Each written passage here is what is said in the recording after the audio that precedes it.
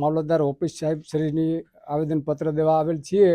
ખેડૂતોને પાણી મળતું નથી, ખેતરોમાં વસવાટ કરે છે, માલ બોળો છે, પછી ઘાસ છે। અમારું વાવ થરાદનું ઘાસ ઠેઠ યાદવાણી સુધી જાય છે, પાલનપુર સુધી, એટલે આ અસર ઠેઠ ત્યાં સુધી પડવાની છે। જો સત્વરે કેનાલ ચાલુ કરવામાં નહીં આવે તો ખેડૂતોને મોટે પાયે નુકસાન છે, ઘાસની મોટી તંગી ઊભી થશે, પીવાના પાણીનો પ્રશ્ન બનશે।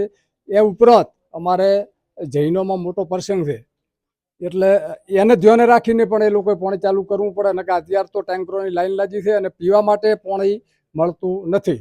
એટલે મહેરબાની કરી અને સરકાર શ્રીને અમારી નમ્ર વિનંતી કે તાત્કાલિક ધોરણે પાણી ચાલે, અને 2-5 દિવસ પછી કરશે તો એનો કોઈ અર્થ નથી, કારણ કે અત્યારે ઘાસ ટૂંકમાં બળેરું દાહેરું। એટલે મહેરબાની કરી સરકાર શ્રીને અમારી નમ્ર અપીલ કે ગમે તે કરી આ ખેડૂતોને હેરાન મત કરો અને મહેરબાની કરીને પાણી આપો।